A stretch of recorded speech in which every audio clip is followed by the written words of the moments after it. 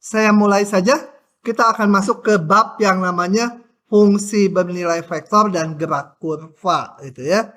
Tapi saya nggak akan pakai slide-nya ini, meskipun udah ada di Google Drive-nya, saya ringkas lagi di sini.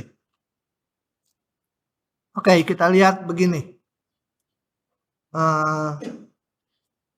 Perhatikan sebuah partikel P, itu ya, bergerak di ruang, boleh juga di bidang, ya, di bidang atau di ruang sama aja perumusannya. Kalau di ruang nanti pakai vektor 3 komponen, kalau di bidang vektornya hanya 2 komponen.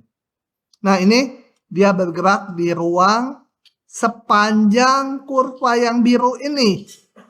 Jadi kalau menggambar kurva persamaan parameter itu arahnya penting karena untuk menentukan gerak partikelnya kemana, gitu ya. Oke, kita ikuti. Posisi si partikel setiap saat dinyatakan oleh vektor ini, gitu ya. Kalau partikelnya sih di kurva yang biru, cuma ininya diikuti. Jadi kalau udah sampai sini, nyatakan posisinya vektor ini, gitu ya. Jadi vektornya bergerak. Gitu.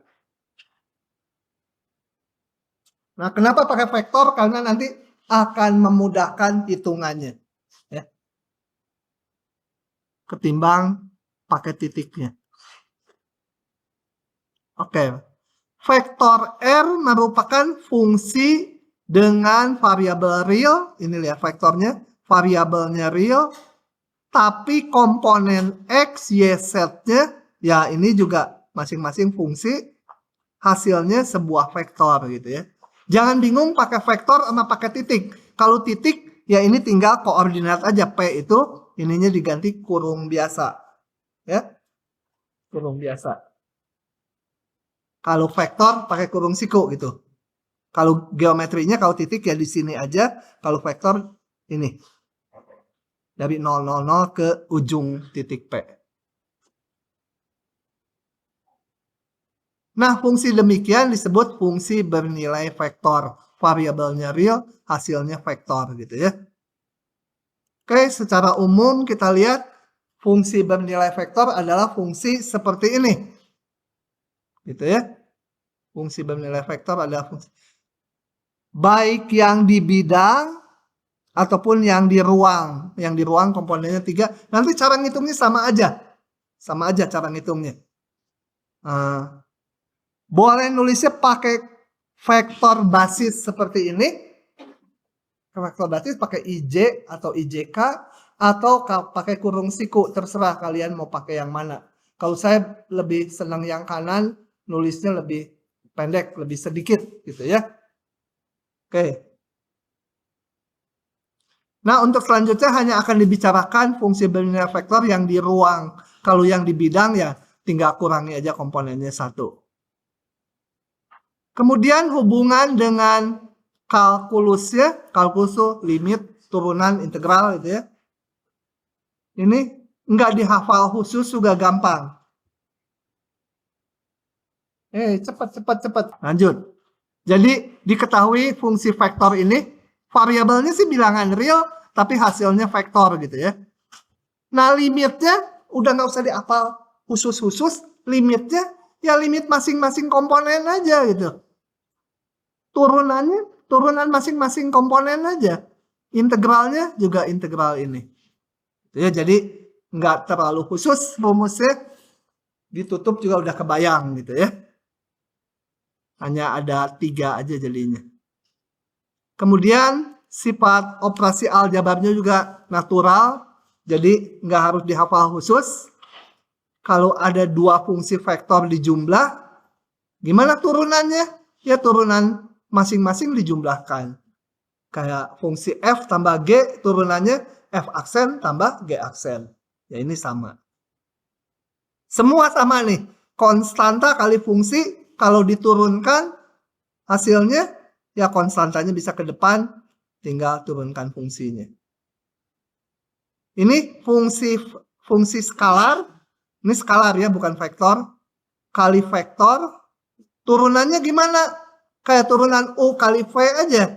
U aksen V tambah UV aksen. Ini saya sebaiknya nulis ini dulu. Turunan ini kali ini, yang ini, ditambah ininya tetap, ini, kali turunan yang ini. Kalau vektor kali vektor, sama aja. Fungsi komposisi sama aja kayak aturan fungsi komposisi. Kayak gini. Kalau saya punya apa? F fungsi U, U-nya fungsi X, saya mau cari DF dx itu kan turun dulu F-nya ke U kali du dx.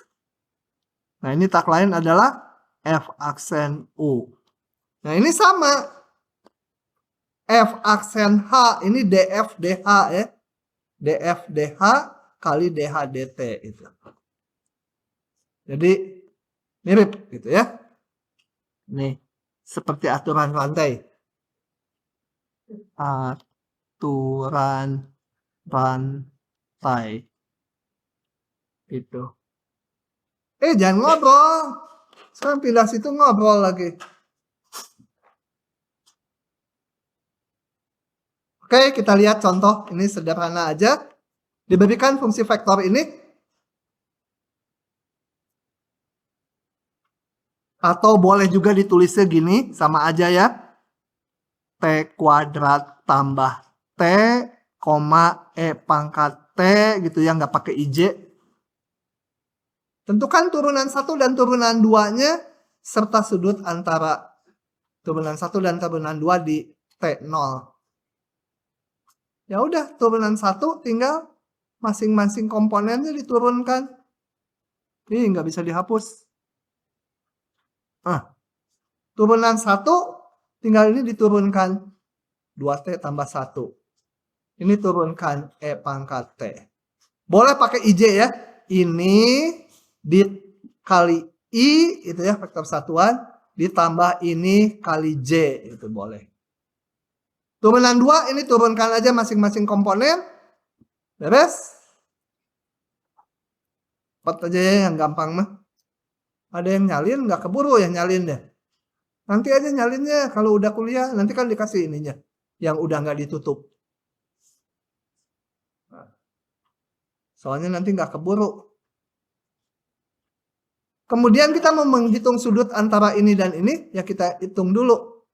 Turunan 1 di 0. Sok sambil nyalin juga boleh. Tapi harus cepet. Turunan 2 di 0 sekian. Sudutnya gimana ngitungnya? Hah? Ini nggak bisa, rambutnya kurang panjang. Nggak bisa digitu-gitu. Habis dia. Si rambut tikus. Gimana ngitung sudut antara ini? Pakai rumus apa? Ih, lupa semua. Sudut antara ini vektor dengan vektor. Pakai apa, Neng? Pakai hitungan. Ya jelas. Hah? Pakai rumus cos ya. Ini kali ini sama dengan panjang ini kali panjang ini kali cos theta ya. Oke. Atau cos theta-nya. Saya sebut sudut antaranya alfa. Maka cos alfa vektor kali vektor kedua dibagi panjang masing-masing. Oke, dapat 3 per akar 10 cosnya. Maka alfanya itu arcus cos. Paham? Garis-garis, paham? Kamu yang garis-garis zebra? Paham. Ini paham paling belakang? Neng, paham, Neng? Bener? Kalau paham nyanyi ya? Jadi rugi gitu ya.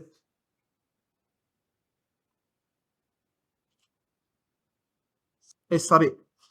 Yang B, tentukan turunan dari ini. Ini perkalian. Pakai rumus perkalian biasa aja. Turunan dari ini. Turunan ini. Itu ya, 3T kuadrat. Kali turunan, kali ini. Tetap. Ditambah T pangkat 3-nya tetap. Kali turunan ini. Tinggal dihitung aja ini. Tadi udah dihitung turunannya udah, F awalnya juga udah. Masukkan aja. Ini F awal. Ini tadi turunannya udah dihitung ini. Masukkan, kumpulkan aja komponen yang sama, dikelompokkan. Kenapa cuma 2 ya? Oh ya, dari awal cuma 2 komponen. Integralnya juga sama aja, integral masing-masing komponen aja gitu ya. Integralnya, integral komponen 1, mana F-nya tadi hilang. F-nya ini ya, integralkan ini sepertiga T pangkat 3 ditambah setengah T kuadrat gitu. E pangkat T tetap. Masukkan batasnya. Masukkan 1, ini jadi ini. Masukkan 0, ini hilang. 0. Ini masukkan T-nya 1, E pangkat 1, dikurangi E pangkat 0. Sudah, kegampangan. Sok. Nah, sekarang coba kita perhatikan ini. Ini perlu untuk membentuk persamaan garis singgung di ruang. Coba. Gini ceritanya. Ada sebuah partikel P bergerak di ruang. Di bidang juga sama nanti rumusnya ya. Ini koordinatnya sepertinya di bidang. Mau bidang mau ruang sama aja konsepnya. Ini partikel P bergerak sepanjang kurva yang merah. Waktu sampai setelah T detik, dia sampai di sini nih si P-nya. Jadi P-nya mah di kurva merah ya. Vektornya mah hanya menyatakan posisi dia setiap saat. Nah, ini waktu T dia sampai di sini. Kemudian jalan lagi. T ditambah H, dia sampai di sini. Vektor posisinya tentunya ini. RT tambah H, ini RT. Nah, sekarang kita lihat. Kecepatan itu turunan dari posisi ya. Itu kan di fisika lah kita pakai udah langsung. Sekarang kita lihat gini. Kalau dulu turunan itu definisinya apa? Limit H mendekati 0 apa ini? Masih ingat nggak? Apa? Dibagi H gitu. Apa Jackson? Itu turunan apa? Turunan fungsi, definisinya apa? FH tambah X kurang F. Apa? F apa? H tambah X. Jangan dibalik-balik. X tambah H. Kurang F pangkat F. Apa?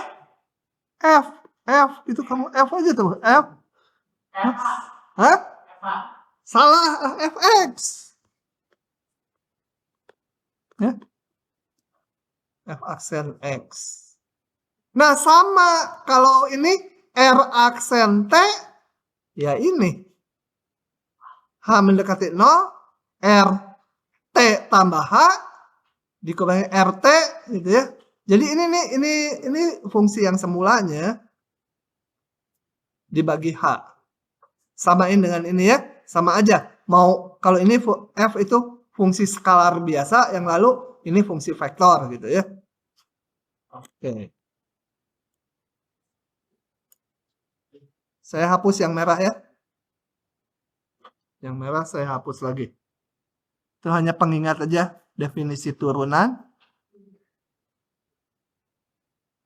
Nah, kita lihat sekarang. V ini, saya mau ngamati arahnya. Kita lihat demikian. Yang bawah ini skalar. Udah, nggak pakai arah. H itu ya. Tinggal ini, vektor kurangi vektor. Ini. Saya punya ini. RT tambah H. Yang ini RT. Nah, maka kalau RT tambah H dikurangi RT, tak lain vektor yang biru gitu ya. Kenapa? Karena RT ditambah yang biru sama dengan RT tambah H.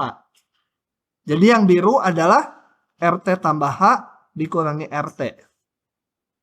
Jadi yang di atas nih pembilangnya ini menyatakan vektor yang biru. Tapi akan kita lihat kalau H-nya mendekati 0. Ini. Kalau H-nya mendekati 0 artinya apa? Ini RT tambah H sama RT hampir berimpit ya. Ini kan T tambah sesuatu yang kecil sekali. Nah, maka kalau limitnya H-nya mendekati 0, garis yang biru ini, vektor yang biru ini tak lain menjadi vektor singgung yang hijau. Ya. Karena ini bukan di sini lagi, tapi hampir berimpit menuju 0 gitu ya. Jadi vektor yang birunya itu untuk H mendekati 0 menjadi vektor singgung. Nah, dengan demikian yang pentingnya apa? Jadi, arah dari vektor kecepatan itu adalah sama dengan vektor singgung dari gerak si kurva. Gunanya buat apa? Karena sering ditanyakan persamaan garis singgungnya. Nanti di soal ya. Ini pentingnya. Misal RT fungsi yang bernilai vektor. Garis singgung terhadap R, sebenarnya terhadap kurva geraknya di titik T0, jadi saat T-nya T0 adalah garis yang melalui ujung RT0, kalau T-nya udah tertentu, jadi ini, garis yang melalui ujung vektor ini, gampang dihitungnya RT0, karena RT-nya diketahui, masukin aja T0-nya. Ini ujungnya tahu, dan vektor arahnya adalah turunannya atau kecepatannya. Karena untuk membentuk persamaan garis kita perlu titik yang dilalui garis dan vektor arahnya. Vektor arahnya mau nempel di garisnya juga boleh. Nanti kita lihat di soal ya caranya. Jadi pokoknya ingat-ingat persamaan garis itu perlu titik yang dilalui garis dan vektor arah. Kalau persamaan bidang itu perlu titik yang dilalui bidang dan vektor normal. Oke, kita lihat soal-soalnya. Yang gampang dulu. Sebuah titik P bergerak sepanjang lingkaran berjari-jari R. Kecepatan sudutnya omega radian per detik. Jadi dalam 1 detik menempuh sudut sebesar omega. Kedudukan awalnya di R,0. Ini R,0 ya. R,0 itu titik itu. Kenapa merah ya? Itu jadi hitam aja. Bandel.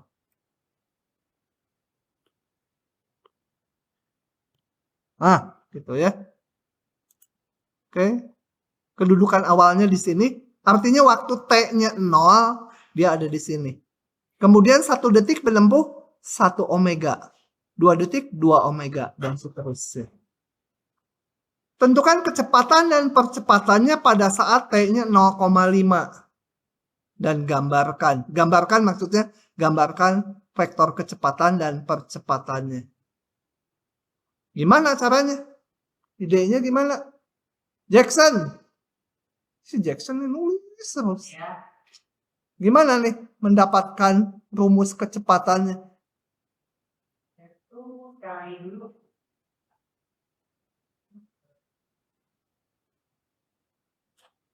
Jelas semua juga dicari dulu. Hah? Cari vektor yang lingkaran terus diturunin. Vektor yang lingkaran. Iya. Vektor posisi partikel gitu ya. Iya. Vektor posisinya. Nah, kita lihat bahwa tadi partikel P bergerak sepanjang lingkaran. Katakan setelah T detik, posisinya di sini. Posisinya ini berarti ada komponen X-nya, ada komponen Y-nya. Karena ini kan geraknya lingkaran di bidang. Kita berusaha merumuskan ini berapa vektor posisinya. Kalau udah tahu vektor posisinya, kecepatan tinggal diturunin aja. Percepatan tinggal turunin lagi. Coba kita lihat. Kalau setelah 1 detik, ini posisi si P berapa X-nya? Setelah 1 detik. Setelah 1 detik, sudutnya berapa ini? Kalau setelah 1 detik. Omega kan? Diketahui ini angkanya nih. Jadi X-nya ini berapa? X itu kan itu. Berapa ini? Macet. Hah? Berapa?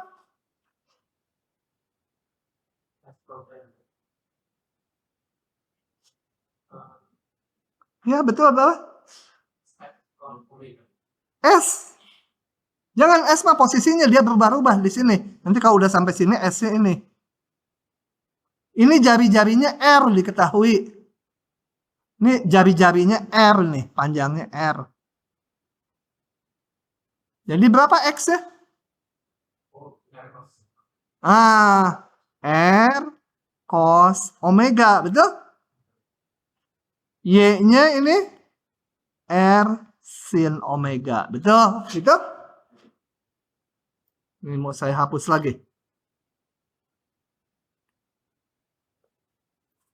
Sekarang kalau setelah setengah detik, posisi X-nya berapa? Setengah detik, berarti udah menempuh sudut setengah omega. Maka X-nya berapa? Hah? Yang keras. Gitu. R cos setengah omega. Setengah detik menembus sudut setengah omega. Yang lain paham nggak? Paham nggak? Paham nggak, Leng? Sebra, paham nggak Sebra? Neng, paham nggak? Yang ujung. Beneran itu? Paham nggak kamu? Paham dia mah. Enggak ya? Oh, enggak.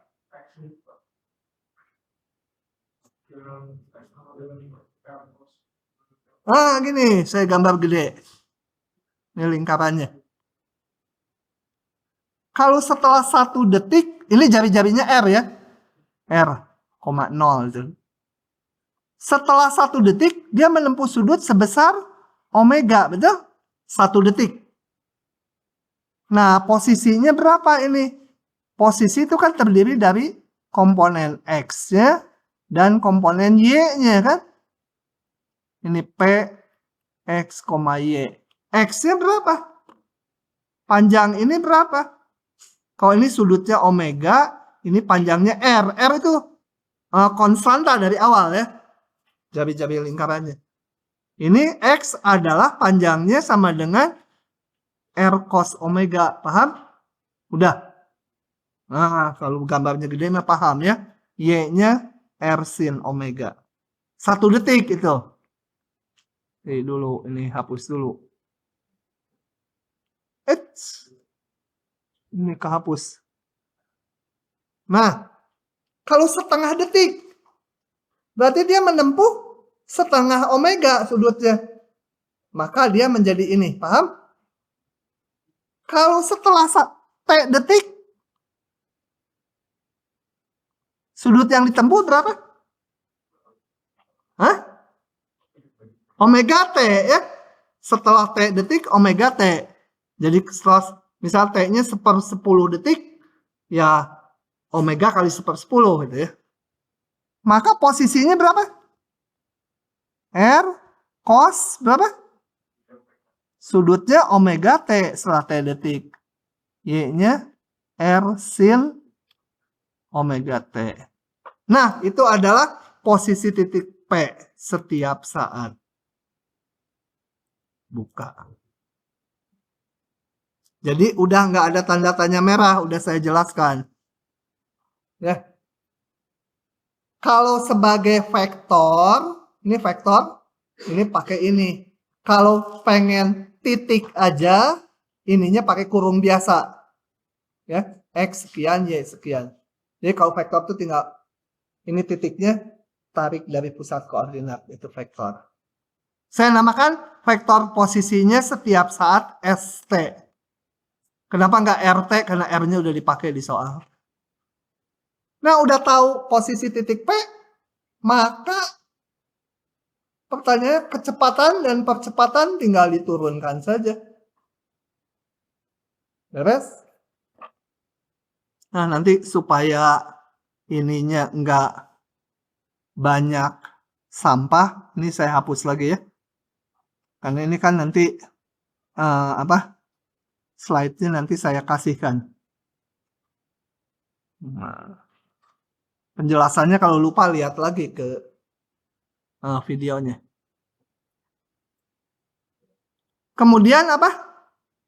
Pada saat T-nya 0,5 ya masukkan aja T-nya 0,5. Gitu ya. Oke. Sudah? Yang gampang? Ada yang nyalin si Neng. Lanjut ya. Lanjut lagi. Sebuah titik P bergerak dengan posisi setiap saat ini. Pasti di bidang ya. Ini posisinya ini. Kalau pengen sebagai vektor ya tinggal vektor dikasih kurung siku ya. Gambarkan grafik lintasan P dan arahnya. Nah, kalau menggambar lintasan seperti pada fungsi parameter yang di depan, kita harus mengeliminasi T-nya. Ini X-nya ini, Y-nya ini. Coba kita eliminasi. X-nya ini, Y-nya ini. Paham nggak sampai sini? Kalau nggak paham, saya detailkan. Ini gini, cos T sama dengan X per 3. Sin T sama dengan Y per 2. Kemudian pakai cos kuadrat tambah sin kuadrat. Ini cos kuadrat ditambah sin kuadrat sama dengan 1. Bingung ya? Belakang bingung? Kalau bingung ditulis. Oh, udah paham. Oh, paham nggak? Hah? Nggak? Ya udah ditulis lah. Dari sini. Cos T sama dengan X per 3. Dari sini sin T sama dengan Y per 2. Betul? Kemudian pakai rumus. Cos kuadrat T ditambah sin kuadrat T sama dengan 1. Itu. Cos kuadratnya ganti dengan ini. X per 3 pangkat 2 ini. Atau X pangkat 3. X pangkat 2 per 3 pangkat 2. Ininya sin kuadratnya Y kuadrat per 2 kuadrat. Udah paham? Benar? Masih belum paham ya? Paham. Oke. Ini saya hapus lagi ya. Detailnya. Kalau lupa lihat videonya lagi. Supaya nggak terlalu banyak tulisannya. Ini gambarnya apa?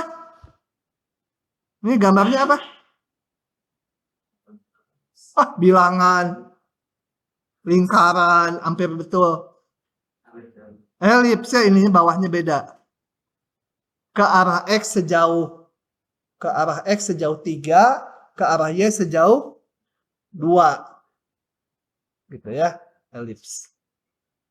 Posisi awalnya 3,0, dapat dari mana ini? Posisi awal itu berarti T-nya 0 kan? Waktu T-nya 0 kita lihat ini, waktu T-nya 0, X-nya berapa? 3 cos 0, 3. Y-nya 2 sin 0, 0. Ya. Jadi dia elips. Oh ya, elipsnya kenapa ke atas bukan ke bawah geraknya? Dapat dari mana? Paham nggak? Nggak gitu kalau nggak paham tuh. Hah? Kita lihat. Tadi awalnya di sini. Ini paham nggak tadi 3,0? Nah, waktu T-nya 0 dia masukkan. Dia di sini. Kemudian kita masukkan T-nya sama dengan 1/1.000.000. Jadi T-nya naikin sedikit. Oh, jangan 1/100.000 lah. 1/10 aja. Kalau T-nya 1/10, maka X-nya berapa? 3 cos 1/10. Y-nya 2 sin 1/10. Ini positif negatif X-nya? Ini kan 1/10 tuh masih di kuadran 1 ya. Ini besar 0 kan? Ini juga sin 1/10 besar 0. Berarti waktu T-nya berubah sedikit, X-nya harus positif, Y-nya harus positif. Berarti harus ke atas. Kalau ke bawah artinya X-nya masih positif, tapi Y-nya udah negatif. Padahal ini harus positif gitu ya. Oke. Nah, jadi udah tahu arahnya, udah sisanya mah gampang. Kita hapus dulu. Lama ngapusnya. Tambah lama. Oke. Pertanyaan yang B. Tentukan kecepatan, laju, dan percepatannya. Kecepatan dapat dari mana? Kamu terus, turunin. Sebagai vektor kita sekarang ya. Jadi ini nggak ada di slide-nya, jadi saya tambahin. Ini nggak akan dihapus. Vektor atau dari awal aja. Vektor posisi titik P itu saya sebut vektornya apa ya? R di situ. Sama aja vektor, hanya ininya sebagai vektor 3 cos T 2 sin T. Tapi pakai kurung siku gitu ya. Kurung lancip, bukan siku. Jadi kata dia tadi, siapa udah lupa lagi lah namanya, kecepatan turunin aja. Laju gimana? Laju itu besarnya kecepatan. Jadi kita hitung apa? Enggak, apa? Kalau udah ngitung kecepatan gimana ngitung laju? Nggak tahu. Besar dari vektor kecepatan gimana? Atau panjang dari vektor kecepatan? Pakai akar kata dia. Akar. Gitu. Vektor kecepatan ini turunkan 3 cos, jadi min 3 sin. 2 sin menjadi 2 cos. Laju itu tinggal panjang ini. Ini kuadrat tambah ini kuadrat diakarkan. Nah, paham ya, laju tuh adalah besar vektor kecepatan. Kemudian percepatan, turunan dari kecepatan. Nah, bisa. Oke, lanjut lagi. Tentukan saat. Nggak pakai saat lah. Tentukan kapan lajunya maksimum dan berapa nilainya. Ini. Udah jangan pusing dengan geraknya. Sekarang saya punya, kalau laju itu skalar ya. Bukan vektor lagi. Ini kapan mencapai maksimum? Pakai apa? Mencari maksimum pakai apa? Nah, yang dulu semester 1 turunan. Ini kan fungsi biasa. Kalau ini saya sebut sebagai fungsi ft, ya udah. Cari turunan, cari titik stasioner, cari titik ujung. Di sini T-nya nggak dibatasi, jadi nggak ada ujungnya. Cari titik singular, periksa tanda turunan. Panjang nih. Udah lupa ya? Kalau yang gitu ya, jadi kita ikuti. Laju. Saya mencari kapan dia maksimum, berarti cari turunannya. Turunannya bentuk akar ini, percaya aja inilah ya. Udah bisa ya. Ini kan sekian pangkat setengah menjadi 1/2, ini pangkat min setengah kali turunan dalamnya. Yang atas ini. Sederhanakan jadi ini. Kemudian kita buat 0 untuk mendapatkan titik stasioner. Ini 0 kalau pembilangnya 0. Berarti sin-nya atau cos-nya 0. Sudutnya didapat ini. Udah gitu dapat titik yang turunannya 0 diapakan? Hah? Gambar garis bilangan terus diperiksa apa? Positif negatif dari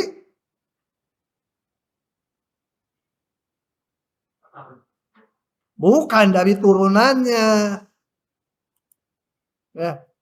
Nih tanda turunannya kita periksa ini penyebab nolnya di sini. Kemudian yang diantaranya kalau diperiksa ini positif negatifnya seperti ini. Gampang lah ini 0 sampai pi per 2 berarti di kuadran 1 sin-nya positif, cos-nya positif. Akar ini pasti positif. Jadi positif. Di kuadran 2 sin-nya positif, cos-nya negatif. Kuadran 3 ini dua-duanya negatif jadi plus. Dari sini disimpulkan titik maksimum lokalnya yang mana? Hah? Ini lihat plus min itu kan menyatakan kemonotonan ya. Naik, turun, naik lagi, turun lagi. Titik maksimum lokalnya di T sama dengan berapa? Pi per 2 dan 2 pi ya. 3 pi per 2. Nah, itu baru maksimum lokal. Kalau pertanyaan soalnya titik maksimum global. Gimana mendapatkannya? Kalau udah dapat lokal, cari yang paling gede. Jadi maksimum global. Jadi kita hitung ini lajunya. Mana lajunya paling besar? Jadi ini kita masukkan T ini ke lajunya ini. Nilai lajunya. Masukkan. Waktu T-nya sekian, yang dihitung bukan turunannya, lajunya. Lajunya sekian. Sama. Berarti ya udah itu dua-duanya titik maksimum global. Ya. Pokoknya yang lokal yang paling gede itu maksimum global. Laju maksimumnya 3. Tercapai saat T-nya pi per 2 dan 3 pi per 2. Panjang. Satu lagi. Mau nyalin dulu silakan. Lagi. Yang D tadi ngapain? Tunjukkan vektor percepatan selalu menuju titik asal. Coba kita lihat. Bagaimana menunjukkannya? Nah, kita hitung aja vektor percepatannya. Udah dihitung ya ini. Cuma mau ditulis ulang. Kita mau lihat gambarnya. Bandingkan dengan vektor posisi. Kalau ini geraknya di sini, vektor posisinya ke sana ya. Ke titik sini. Kalau ada di sini ya, vektor R-nya ke sana. R itu ke ujung lintasannya. Ke lintasannya. Nah, vektor R itu ini tadi. Dari awal nih posisinya. Dari soalnya. Nah, percepatan udah dihitung tadi di soal A. Di yang B. Percepatan ini. Kita lihat. Vektor percepatan ini ternyata minus dari R.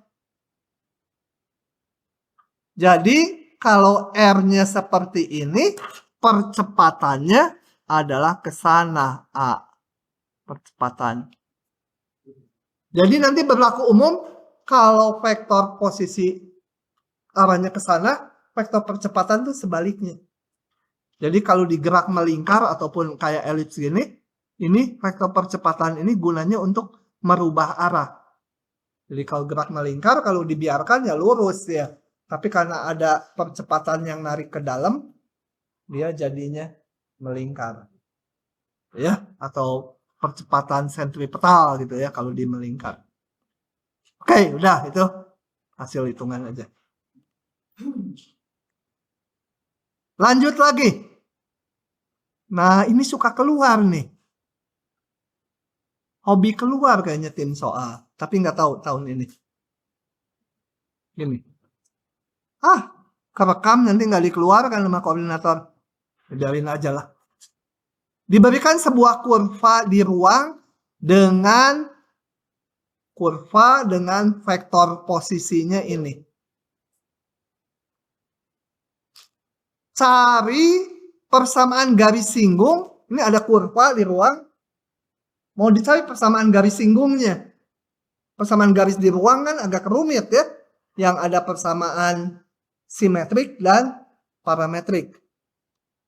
Nah, coba kita lihat sambil mengulang bagaimana membentuk persamaan garis. Cari persamaan garis singgungnya pada saat T2. Coba saya ilustrasikan dulu. Misalkan lintasannya ini. Lintasan atau kurvanya seperti gambar yang hitam. Ilustrasi aja, bukan gambar ini sebenarnya. Kalau sebenarnya ya harus dikoordinat dan ini agak rumit gitu ya. Ini katakan lintasannya seperti ini. Kemudian pada saat T tertentu dia sampai di sini. Maka RT, vektor posisinya itu mana? Kalau ini pusat koordinatnya, ini ya RT itu ya. Itu kalau P itu titik, ini RT vektor posisinya. Jangan bingung, kadang titik, kadang-kadang vektor. Kalau titik tuh ujungnya aja, koordinat biasa. Kalau vektor itu tarik dari sini ke posisi si partikel. Nah, ditanya persamaan garis singgungnya saat T-nya 2. Oke, sekarang saya review dulu. Kalau mau mencari persamaan garis, caranya harus punya apa? Punya data? Ya iya, punya data mah. Kalau di ruang nggak ada gradien. Kalau persamaan garis secara umum gimana di ruang? Kalau saya mau membentuk persamaan garis di ruang, saya perlu apa? Lupa persamaan garis. Keluar loh. Normal persamaan bidang. Udah kusut kalau mau campur aduk. Persamaan garis itu perlu titik yang dilalui garis. Satu titik yang dilalui garis. Dan vektor arah. Vektor arah itu apa? Vektor yang sejajar dengan garis. Vektornya mau berada pada garisnya boleh, mau di luar garisnya boleh, sejajar. Nah, cara membentuknya kita ikuti ya. Ini sebenarnya mengulang yang depan cara membentuknya. Kita lihat. Pada saat T sama dengan 2, posisinya di sini. Paham nggak? Katakan pada saat T-nya 2 udah sampai di titik P lah gitu. Posisinya dia adalah sekian. Paham nggak? Ini supaya nggak terlalu banyak. Nggak terlalu banyak. Ini dapat dari mana ini? Iya, T-nya 2. T-nya 2 ya masukinnya ke sini kan? Posisinya di sini. Atau titik P itu adalah titik 2,2,8/3. Jadi kalau sebagai titik ditulisnya kurung bulat. Kalau sebagai vektor ya ini pakai kurung siku. Itu sama aja lah lakuannya. Cuma kenapa kadang pakai vektor, kadang pakai titik, tergantung operasi yang diperlukan di bawahnya. Oke. Berarti sekarang saya sudah punya titik yang dilalui garis adalah ini ya. Kan ini titik singgungnya. Nah, saya untuk persamaan garis tuh titiknya udah punya, perlu vektor arahnya. Dapat dari mana?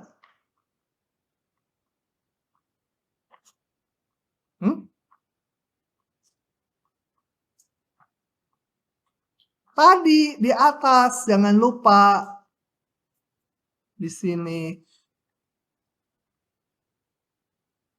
bahwa kecepatan atau turunan dari posisi adalah searah dengan vektor singgung. Jadi kalau mau bikin garis singgung ya ini vektor arahnya. Gitu ya. Ini penting, perlu diingat-ingat. Buka lagi. Vektor singgung, kenapa ngitung vektor singgung? Karena vektor singgung itu menjadi nanti vektor arah si garis. Vektor arah si garisnya berada di garis singgungnya nggak apa-apa. Vektor arah ini boleh berimpit dengan garis yang mau dibuat, boleh di luarnya, pokoknya searah. Maka vektor singgungnya adalah ini. Oke, turunannya. Kemudian kita hitung di T sama dengan 2. Vektor arahnya menjadi ini. T-nya 2. Kenapa di 2? Karena semua mau dihitung di T2. Nah, sekarang saya udah punya vektor arah garis ini, titik yang dilalui garis ini. Membentuk persamaan garis ini standar nih. Standar, ingat-ingat. Ambil. Udah sampai situ belum ya? Iya. Jadi, saya gambar lagi di kanan ya. Saya udah punya ini titik P. Vektor arahnya udah punya ini. Vektor singgungnya. Yaitu disebut U. Gitu ya sama saya. Di titik T sama 2 ini U. Vektor arahnya udah tahu. Titiknya udah tahu. Cara membentuk persamaan garis selalu kayak gini. Kalau udah dapet titik dan vektor arah. Ambil sembarang titik S di garis. Ambil sembarang titik di garis.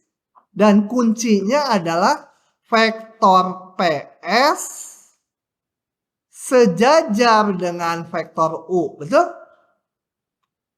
Ya. Vektor PS sejajar dengan vektor U. Kalau ini jelas sekali, bahkan berimpit gitu ya. Nah, jadi kuncinya ini. PS sejajar U. PS sejajar dengan U. Kalau dua buah vektor sejajar, artinya vektor yang satu kelipatan yang lain. Bisa U kelipatan PS atau PS kelipatan U. Pakai yang mana aja, sama aja hasil akhirnya nanti. Nah, jadi PS sama dengan sebuah konstanta. Bukan konstanta, sebuah bilangan real kali U. Gitu ya. Yang satu kelipatan yang lain. Lambdanya berapa aja bebas. Pokoknya yang satu kelipatan yang lain. Kenapa bebas? Karena X, Y, Z-nya kan bisa di mana aja di garis ini. Udah tinggal masukin aja. PS berapa? PS adalah S kurangi P. Berarti X dikurangi 2, Y dikurangi 2, Z dikurangi 8/3. Gitu. Sama lambda kali U. Lambdanya bilangan, U-nya udah dapat. Lambdanya bilangan real. Gitu. Yang ini sengaja nggak dibuka, nggak penting lah. Malah membingungkan. Tadi pagi ini ada tambahan ini membingungkan. Langsung aja. PS lambda ini. Kemudian kita susun per komponen. X min 2 sama dengan lambda. Atau 2-nya dikanankan. X min 2 sama lambda. X sama 2 tambah lambda. Yang Y. Y min 2 sama dengan 2 lambda. Atau Y sama 2 ditambah 2 lambda. Itu ya, sama aja. Dan yang Z-nya ini. Udah, ini persamaan parameter dari garis.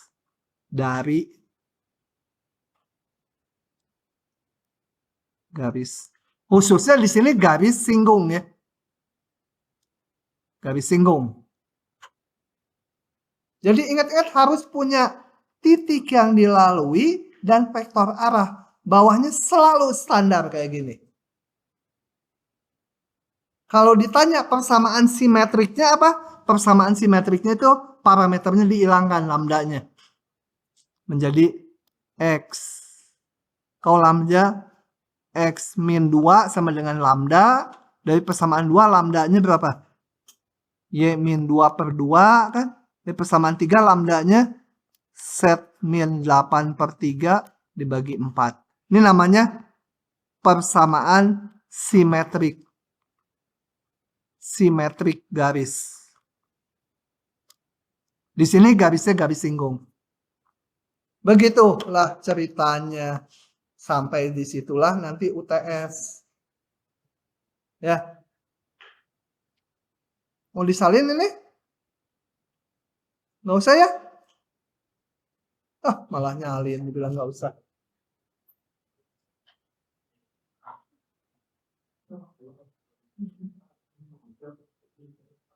Sok lah kalau mau nyalin 10.